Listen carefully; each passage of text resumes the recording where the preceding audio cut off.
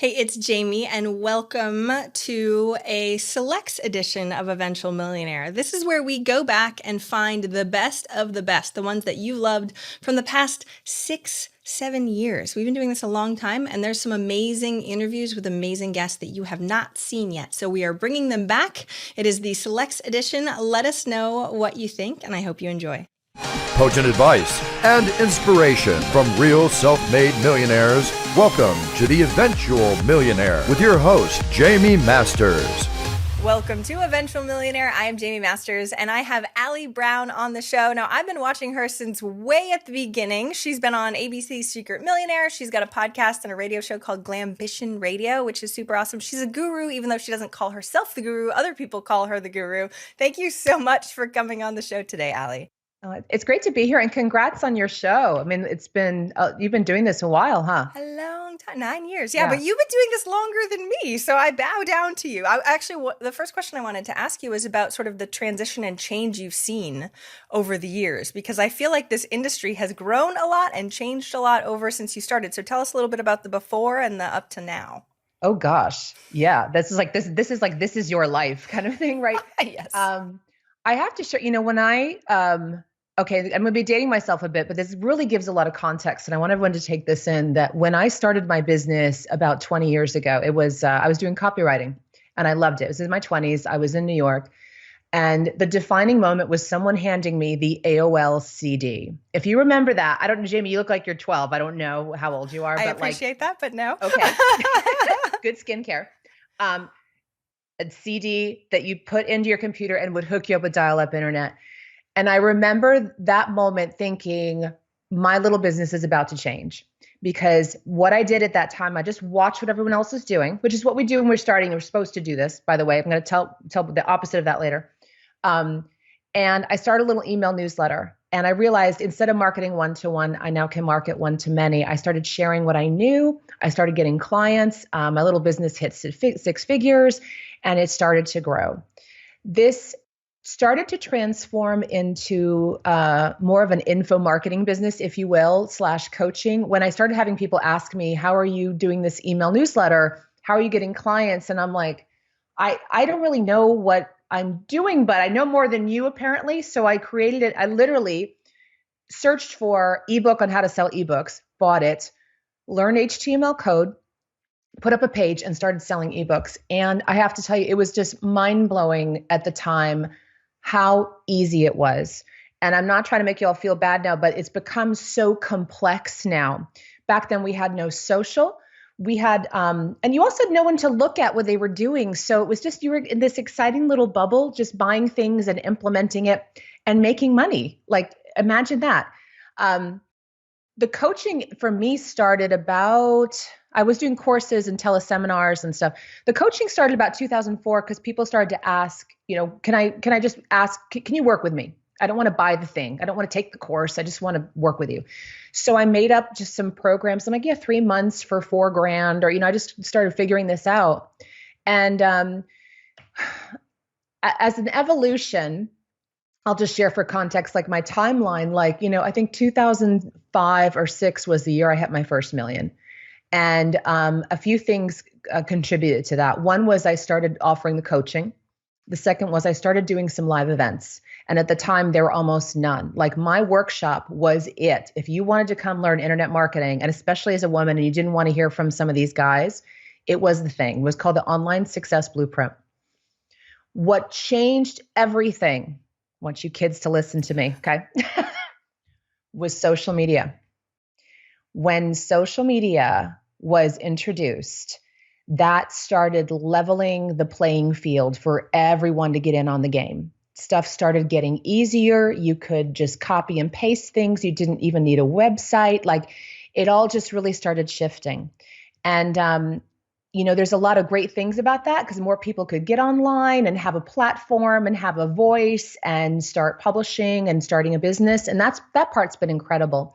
But from someone who's been in the industry for so long, it's added this whole new dimension of complexity to our businesses now. And sometimes, I'm going to be honest, I miss that simplicity.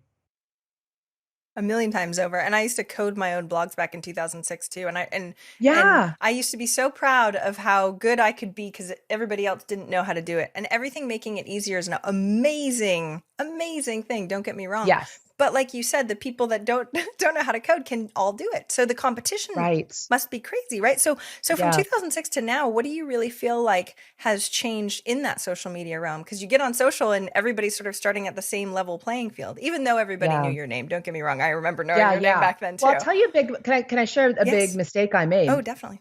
Is that when I saw all this saturation happen and suddenly everyone was like, my team is like, look at this. And we're looking at Facebook and there's ads just copying my ads and ads copying what we were doing. And I started to panic and I kept thinking, we don't have to worry about it because people will be able to tell the difference and they know who I am. So we just kept building better programs. We kept doing better work. We kept just really creating stuff that was truly better. And the problem with that was I wasn't checking in enough on my positioning. And this is the number one topic I talk on now is that because I took my eye off that ball for a few years and was doing what I thought was right, let's just create better and better programs. People weren't seeing the difference and from the outside. And I have to share that the defining moment that I knew we had waited too long and I've been working too hard at making the programs better versus my positioning externally was we got a phone call and my team called me and they said, we're getting calls asking the difference between your programs and the cool girls that dance in their videos. Okay. Yes. And I'm like, you are kidding me. I'm like, what is happening to the industry? It's becoming entertainment. No one's even looking if someone's qualified to teach business. And look, there's a lot of fun stuff. And I always had fun at my events too. We'd have dance parties and all this stuff. But it was like, I was like, what planet have I landed on and what's happening? So I did a huge cleanup. I did a huge shutdown and many people were watching and they were like, what is going on there? I shut down my programs. I changed a lot of my team. This happened over several years. I also, by the way, finally met the right man and had twins magically. So there were some other changes in this. Went on the show, Secret Millionaire. Yes. It was like this perfect storm saying, one, you can't do stuff the way you've been doing it. It's not working anymore. Mm-hmm. And number two, like, what is this really about? What is this really about for me, Allie Brown, and what I want to create? And I'd had a lot of fun, but you guys got to remember, I've been doing this for so long. It was time for a change. So a lot of people saw from the outside, oh, wow, she's shutting stuff down. It must not be going well or what's happening. And, we still had hundreds and hundreds of people in our programs. The year that I started to make changes, we were on track for about 10 million that year. I mean, it was, don't get me wrong, like we weren't crying in the corner, but that almost made it harder because I'm like, this isn't lining up the way I really want it to. How do I turn the ship? If that makes sense That's to you. huge. I mean, I love that you're talking about this because nobody really talks about this, the behind the scenes of what actually is happening, especially to a business where you had responsibility to not only the people in the programs, but your team and all sorts of stuff. How do you do that as a leader? And I know I'm taking you off a little bit. I will get back there. No, it's wherever you want to go. Know. It's your show. That's fine. You mean, are you asking me like, how did I do that? Yeah. As a leader to make that decision and to turn a humongous ship. That's a lot of pressure too, with everything else that you had going on. It was probably the most agonizing thing I'd ever had to do because, here you are, you have a team of probably 20 people and you're feeding them, right? Like they're depending on you. You've built this company and said, here's where we're going. And then, but internally, you're at a point like, this just isn't doing it for me anymore, but you still feel very responsible for them, to the clients. That's why it took about 3 years, honestly. I fulfilled a lot of my obligations, had some hard chats with the team. The ones that are still with me, I help them start their own businesses. They have clients now. And now, they're saying to me now, two of them are like, I could have never started this multiple six-figure business if you hadn't made that change and talked to me about it. I gave people, there's never a easy way to do this stuff. And what sucks is this is the stuff that no one talks about. And this is where most everyone stops. And they will continue that business because of the way that they had built it. And we're at a time now, and especially for the women who have really just gotten into this and they're doing the multiple 6, 7 figures. It's a point that I want to talk about a lot because there will be a point that maybe what you want will change. You'll see the market change, but the way you've built things may be hard to change. And you have to see that coming and be working with a coach, especially, or mentor, who this ain't their first rodeo. And they have been through many variations of models, shifting the perception of the model so the clients understand why it's happening. I mean, if you're teaching the same thing over and over, doing the same business for more than a few years right now, you are going to be in trouble because things change and people are seeing that. That's exactly why I was bringing up the whole evolution question, because there is such a rapid change in all of the market, and let alone technology. I mean, of course, technology too, but everything in the market is shifting at rapid speeds, wonderfully, Yes. in many, many ways. Lots of opportunity also. And when people are new in business, it's like, even new, I mean, by 3 or 4 years, they're like, this is the way it went. This is how it goes. Right. Oh no. Right. And this catastrophic, this is not the way it's supposed to be.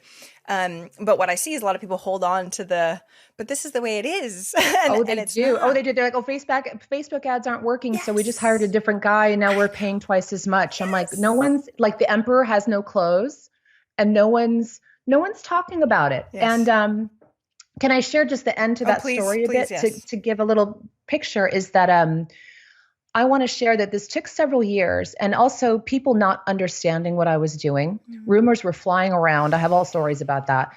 I'm like, I'm not in the street with the cardboard sign. Like everything's okay. I'm still driving my Porsche. I'm fine. Right. I mean, that's a huge thing too. Yeah. Everybody talks. My goodness.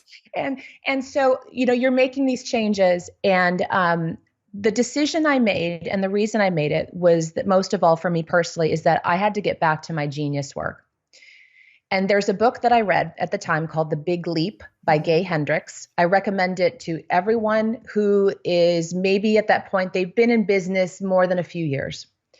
And it talks about the difference between being trapped in excellence and then breaking through to your genius. And I realized I built a whole business on excellence. It was where I was proven. It's where the money came from. It's where it all was happening. But I was creatively craving working back in my genius. And so for me personally, now this isn't what everyone needs to do, but I realized my joy is high touch. I'm high concept. I can teach well, but I'm not really a teacher.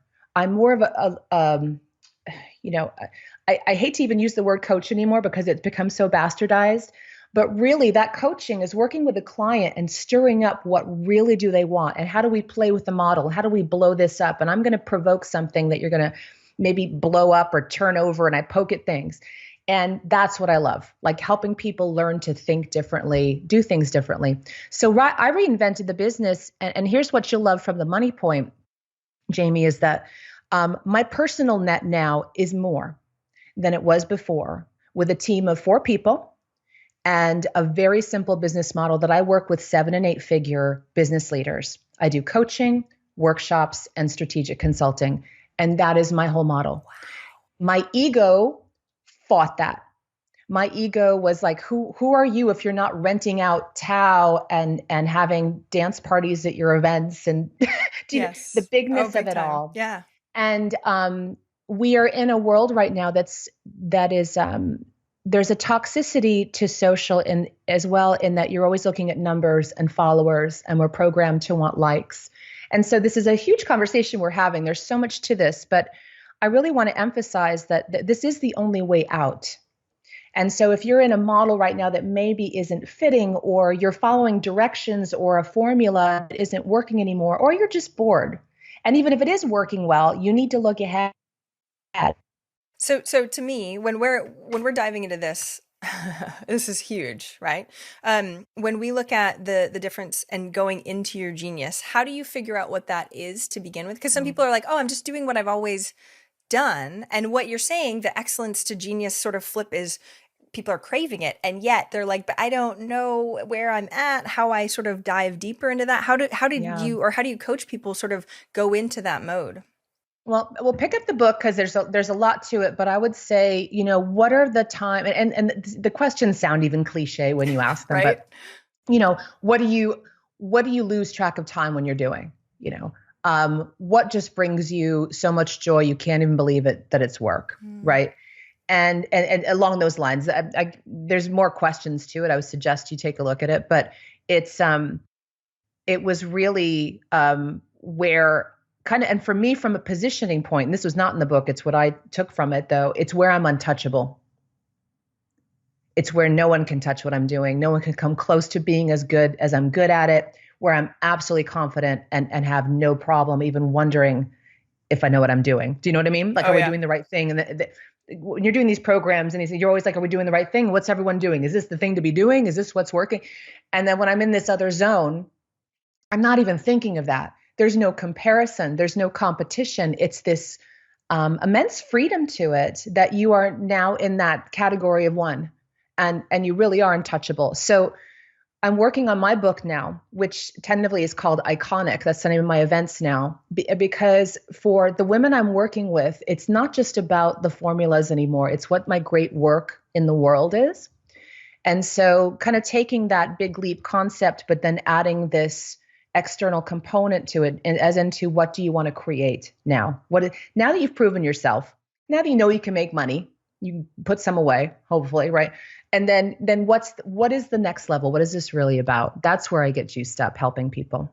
I love this. Okay, so now that we're here, what do they do besides hiring you? Besides when your book comes out, buying the book, of course. But like, so they're sitting there and they're realizing that they need to make a change. They know what their genius is, at least close, because they know, right? Yep. What do they do? The first thing I would do is actually look at what you need to let go of. Look at what you need to.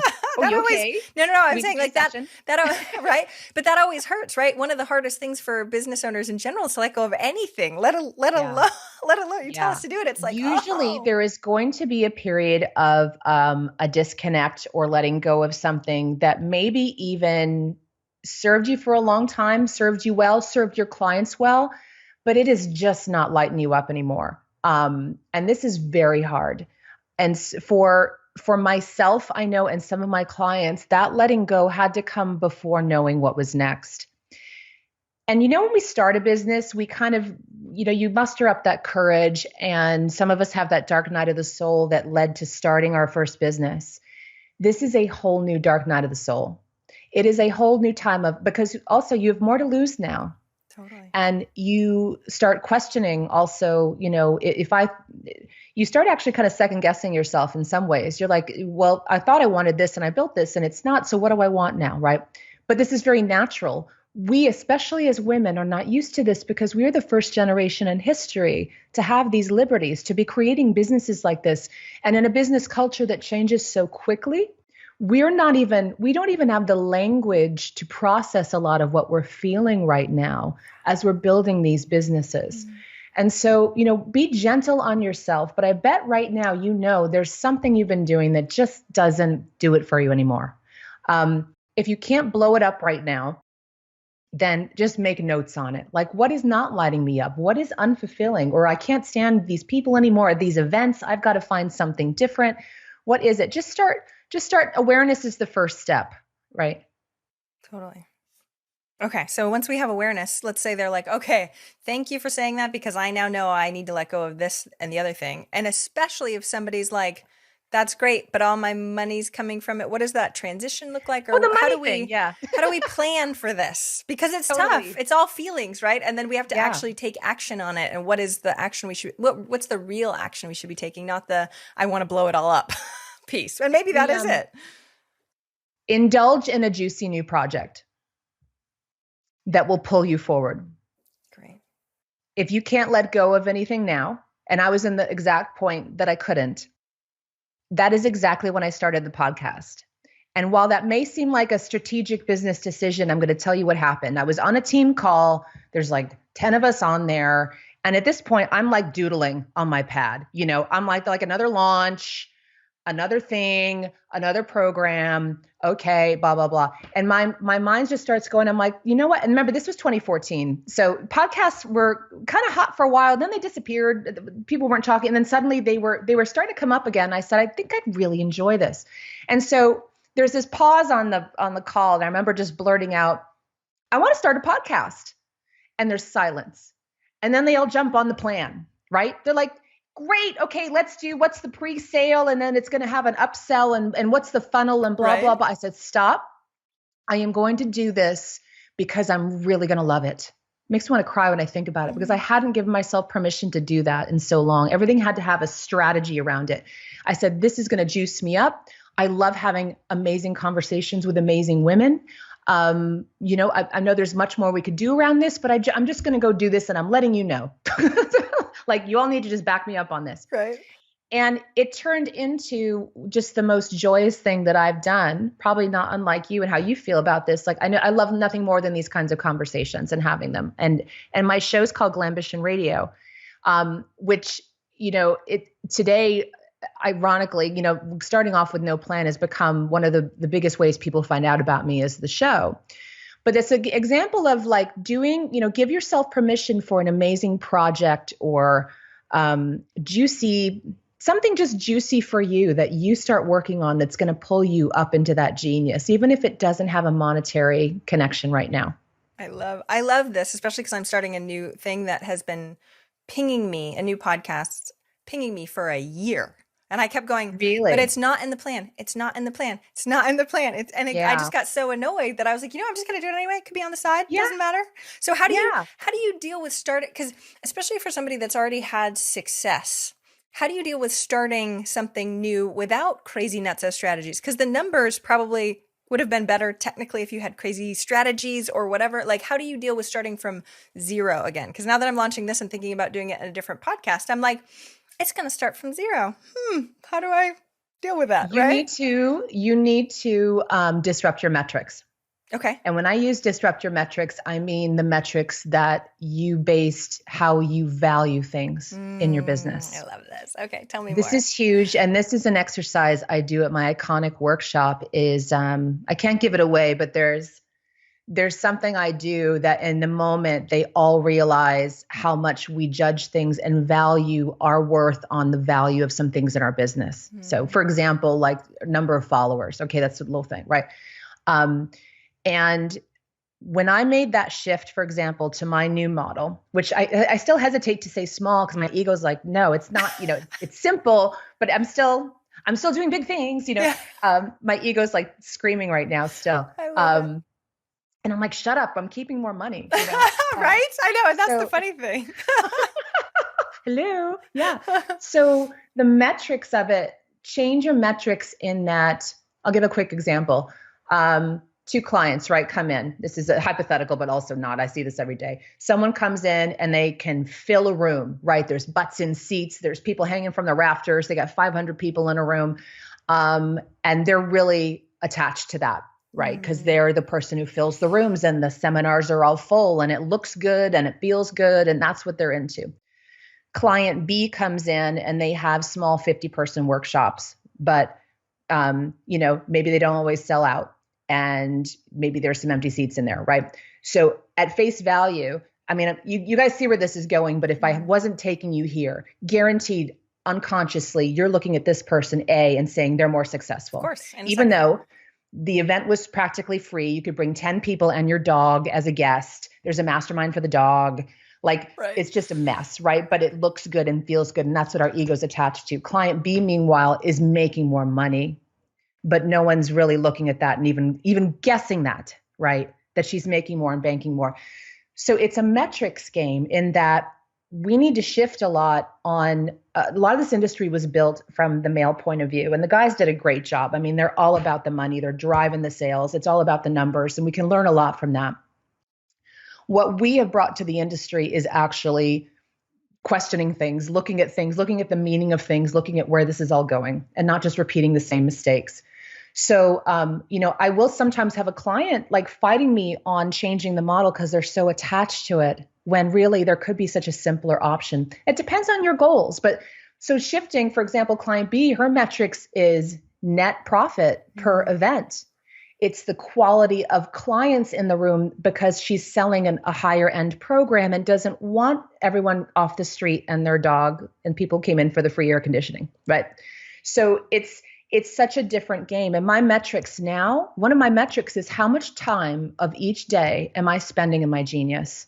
that I'm so lit up, that I'm so enjoy, right? So play with your metrics. Look at what metrics have you been valuing and honoring without, even realizing it probably. And then on the flip side, how can you replace that? Maybe it's the quality of clients you work with. Maybe it's actually how little you work versus how busy you're showing you are. It's flipping it all. Oh, the little piece that you just said though, I have 2 kids also, not twins, but how old are they? 9 and 12. Oh, go! Tell me it gets easier a little bit. It totally gets easier. It's amazing now.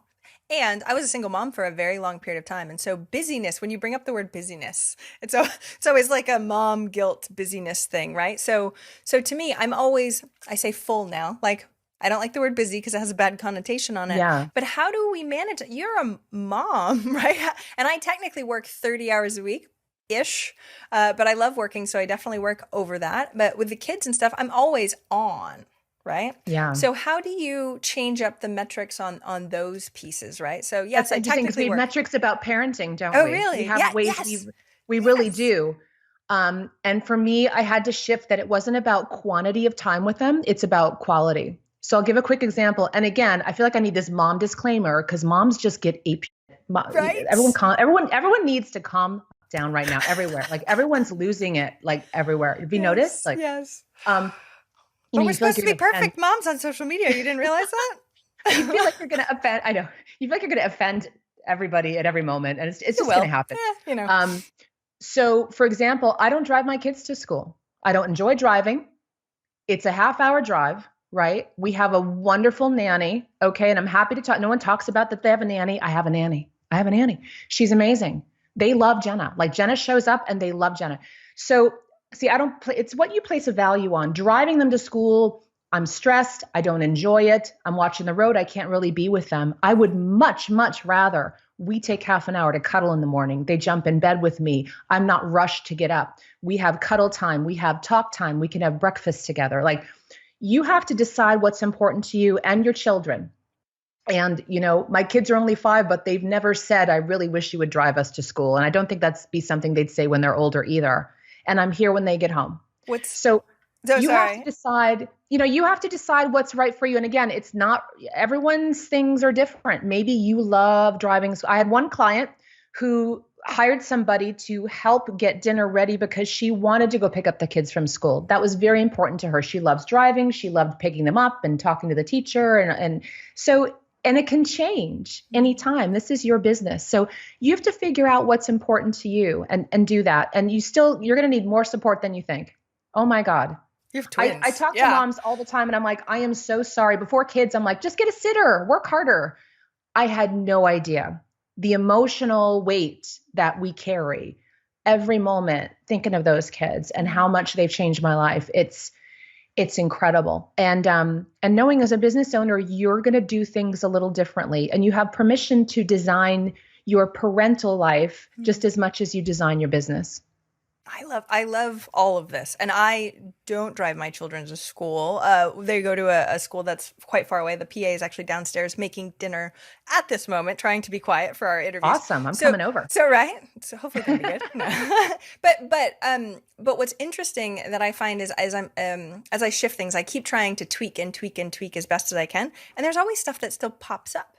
Right. So I had to talk to guilt, guilt. Yes. So I had to talk to my mastermind group about hiring somebody to drive them because I was like, I want to be the person that drives them. Right. So, but even now there's always little things that keep popping up as we start clearing things away. So does it ever get right? And then I start feeling guilty about, and don't get me wrong, my life is amazing. I'm not saying that I'm guilty all the time or anyway, but I want to try and keep tweaking to make things a little easier and a little easier and a little easier and happier and joyful every day, right? Yeah. So how do we mitigate that with hugeness, right? When we live, especially as a female entrepreneur, in the masculine world, and I work with mostly men, right? So all of these men are like, I need bigger, better, whatever. How do you mitigate that? Especially because your kids are only 5, right? And you could be doing bigger, better, like you said. How did you actually internalize that the smaller numbers are okay and that you don't need to be absolutely huge? Yeah. Well, I looked for, I did need to feel fulfilled that I was making an impact and out there, and the show did that for me.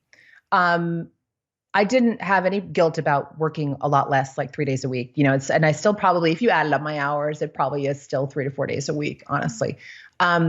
So you mean like mitigating it with the mom guilt, or just literally, just practically, how do you work on these big projects when you have a family? Is that what you mean? Just in general? Don't you want to do like quote unquote more, right? Like once your kids are older, when we start looking at like 10, 20 years out, do you feel like you're going to be like, oh, I still want more? Or are you just going to keep it at this level? It's interesting because it went away for a little while after the kids, and I had to, and I was very happy with that model. And then last year, it was like catching a cold again. It was like I woke up and said, I don't want to say I'm back. That's so cliche, but I was like, it's on. Like it's on. It turned on again. And I think for me, it was just a cycle. Like I have typically a 3-year creative cycle, which is good for everyone to be aware of. You may have a cycle that you have a model works for 3 years and then you kind of get bored or you want to make a change. And that was happening. That's when I called the agent who's been chasing me for 2 years and said, I'm ready. I'm ready to write the book. I told my team I'm ready to respond to media requests again. And sometimes, it lined up with the kids going into school. So maybe that happens for a lot of moms, but I felt, I just knew I was ready again. And I have to say, I give a shout out to my husband, who is just an amazing man. And we approach this as a team. He has worked in my business and outside of my business on his own things. So we kind of do that dance, but he's often in the business. And, he just really sees the bigness of everything that I'm planning behind the scenes right now too. And he's the one saying, don't worry about this. We've got it. You need to go do this. So when I say I'm about to have a breakdown, I need to go check into a hotel because I haven't worked on my book and I'm having this book crisis. He says, go check into the resort. See you Saturday. Like he gets it.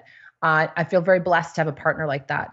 But you have to then make priority. And what's interesting is my kids, I guess I'm pretty lucky. They're just pretty awesome kids. And they get, like, I heard Jordan talking to Madison. Jordan kind of has this old man voice.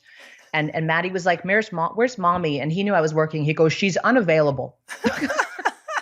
So they just kind of know that, but I know it may be weird when they're older to say, oh, my mom goes and checks into hotels by herself to work on her book, but she always comes back in a day or two, I don't know, but we all just figure this out. And it's messy, but it's what we have to do. See, I so appreciate you allowing us to hear about part of the messiness, right? Because I feel like we never fix it all. We're never perfect. There's no matter how big, no matter how small, there's always going to be something. And the fact that you're willing to say, hey, sometimes I need to go out to a hotel. I agree with you a million times over. I'm so thankful that you're willing to say that. Just walk, or they're driving me nuts. And I'm like, I love my kids, but like, I need to walk away before I end up on the news. Like, I'm going to lose it. Like, you got 5-year-old twins. My best friend has 5-year-old twins too. Woo. Mom abandons family in Scottsdale and never came back. That will never happen. But you have those moments You're like, I need to go just breathe and be alone. Yeah. And one of my number one values has always been freedom. And so it was an incredible challenge for me to step into motherhood. As much as I love it, there was always in me this push-pull. There's like this rebel single girl still there who wants a lot of time alone. And then there's this mom who never wants to leave her kids. And I think for a lot of us, we have that dance. And thank God we're alive today that you can get help with the things that don't matter as much and then make time for the things that matter. So amazing. And that's why you're a guru, right? You can admit the craziness of life and give us help so that way we can see the forest for the trees, because it makes a huge difference. When you're in it, it's so much harder to see than when you can listen to someone like you and go, I'm doing good. And it's messy. It is. And at 9 and 12, way better. Just so you know, like 5 was rough. 9 and 12. Oh, wow. Way better for me anyway. So I love this. I know we have to start wrapping up in just a second. So I'm going to ask the last question that I always ask, but I want to have you back on the show when your book comes out so that way we can push that, because I know everyone needs to read that too. But what's one action listeners can take this week to help move them forward towards their goal of 1 million? I'm going to give the counterintuitive advice to everybody. Because you'll hear other stuff from everybody. You'll hear the same thing. You need to start looking at your industry, and whatever everyone's doing, you look at how you can do the opposite. Look at how you can do the opposite. How can you stand out doing something completely different? I advise a lot of the clients who come to me when they're either ready to break or over seven figures. I tell them actually to stop going to industry events. I did a whole creative workshop on this because I saw people just locked into such formulaic thinking that it took 2 days to get them out of their industry formulas and into thinking completely differently, looking at different industries, reading different things, reading different magazines, just break it, shake it up, and think about what you can do. What's one thing that you could do that would be dramatically different than anyone else in your industry? That's my best advice. Nobody ever says that. Thank you. Good. Yeah, right? So I'm walking my talk. Right? One follow-up. I normally don't do follow-up, but what if they're scared? What if they're scared like crazy to do that? Those people aren't your friends anyway, so just go do it. Yeah, that's a great. It's true. No, it's true. No, really, everyone's scared. Usually what comes up is actually not fears around the clients or how they can help them or what they want to do. When you really keep digging down, it's pissing someone off in your industry, maybe because you're friends with people. Like this is, I'm generalizing, but I see this a lot. And then I always nail them. I'm like, are you really good friends with these people anyway? They're always like, well, no. I said, well, they're all talking about you anyway. You may as well just go do the thing that you know is going to change people's lives. I love it. Where can we find more about you online? I know it's allybrown.com. Where do we find Glambition Radio and all the follows, everything for you online? You can jump to Glambition Radio. Just go to glambitionradio.com. That'll take you right to iTunes. We've had some great guests lately. I just had the Ellen Latham, the founder of Orange Theory, the fastest growing franchise, one of them in the world. We are having, I can't mention her yet. Until it airs. Just some, we have some amazing, high quality women entrepreneurs and leaders. And, so if they like this show, they'll love my show too. And I'll be hoping to have you on my show soon. That would be amazing. Everyone go follow Allie. She's amazing and a change maker in the industry. And we need more women like her. Thank you so much for coming on the show today. Thank you. Thank you for listening and investing in yourself with your time. I so appreciate it. And if you enjoyed this episode, I would be forever grateful if you would be willing to leave a rating or review in whatever app you use for your podcast. I know that's what really bumps it up in the rankings. And I would so appreciate your time, especially if you've been a long-time listener. But of course, if you like this episode and you're brand new, thank you for being here too. Have an amazing day.